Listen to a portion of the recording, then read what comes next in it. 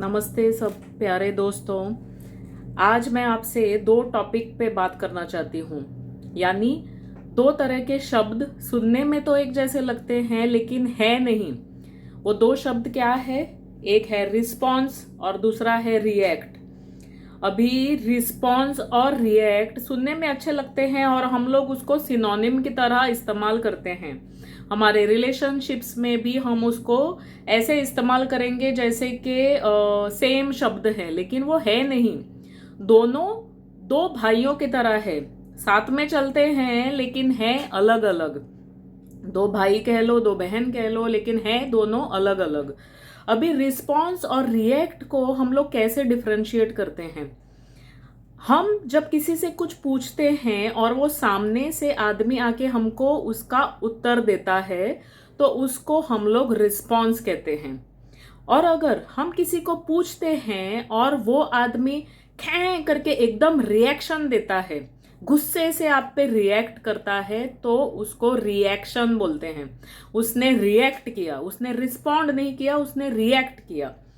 और जब वो रिएक्ट करता है आप इतना डर जाते हो कि आपको उसका सोल्यूशन भी नहीं मिलता है। कभी कभार आपको पूछना तो बहुत कुछ होता है लेकिन आप पूछ नहीं पाते, क्योंकि आप उस आदमी के रिएक्टिव स्वभाव के वजह से बहुत डर जाते हो। बहुत बार ऐसे होता है कि मैंने देखा है पति पत्नी के बीच भी ऐसे ऐसे टॉपिक्स पे डिस्कशन होते हैं जहां पे अगर पत्नी कुछ पति से पूछना चाहे तो डर डर के पूछती है, क्योंकि उसे पता है पति उसका रिस्पॉन्ड नहीं करेगा, रिएक्ट करेगा। यानी एकदम से चिल्लाएगा या शोर मचाएगा, तो वो डर डर के जीती है। और यही चीज वाइसा वर्सा भी होती है। थोड़े आदमी लोगों को भी मैंने देखा है जो अपने बीवियों से बहुत डरते हैं। बीवी को कुछ पूछने जाओ तो बीवी जो है इतना बड़ा लिस्ट लेके इतना जल्दी उसके ऊपर रिएक्ट कर देगी कि उसे पता भी नहीं चलेगा, शायद 5 मिनट के बाद वो भूल भी जाए कि मैं उसने क्या पूछा था। छोटी सी चीज है, क्या हम लोग ये कर सकते हैं? क्या यहाँ पे हम लोग कुछ खरीद के किसी को दे सकते हैं या कुछ खर्चा घर में कर सकते हैं?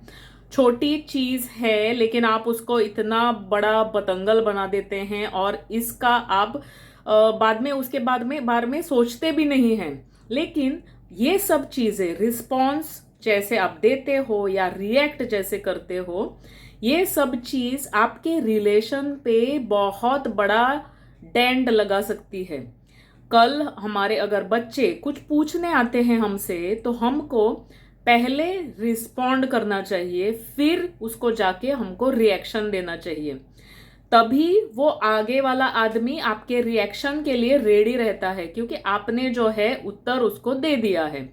अभी रिस्पॉन्ड करना हमेशा हाँ कहने का जरूरत नहीं होता है। अगर शायद किसी ने कुछ पूछ लिया जहां पे आपको ना कहना है, आप कह सकते हो। पहले ना कहिए, उसका माइंड आप प्रिपेयर कीजिए कि मैं ना कहने वाला हूं।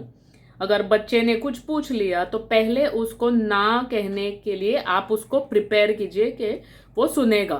आगे जाके आपका रिएक्शन जो चाहे हो, लेकिन वो जो पहला 1 मिनट जो आप एकदम वोल्केनो की तरह जो उछल जाते हो, उसको थोड़ा आप सोचिए उसके बारे में। मैं नहीं कहती कि इमोशंस को कंट्रोल कीजिए, लेकिन इमोशंस को भी एक सिस्टमेटिक मैनर में, यानी एक स्टेप बाय स्टेप वे में करने के लिए खुद को प्रेरित कीजिए।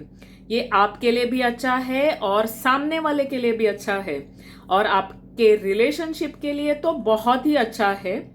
ये आप करके देखिए, थोड़ा थोड़ा थोड़ा करके ही, प्रैक्टिस से ही ये आपका चेंज आएगा। लेकिन आपके लॉन्ग टर्म रिलेशनशिप्स में बहुत ही उम्दा चीज है जो आप अपने इस्तेमाल में ला सकते हैं। तो ये जब आप करोगे तो आपको जो है डिफरेंस दिखेगा। तो आप मुझे प्लीज कमेंट में बताइए कि ऐसे ऐसे रिलेशनशिप्स पे, लाइफ पे जो मैं आपको बातें बताती रहती हूँ, आपको कैसे पसंद आते हैं, कि क्या आप इनको अपने डे टू डे लाइफ में इसको आप इस्तेमाल में ला सकते हैं।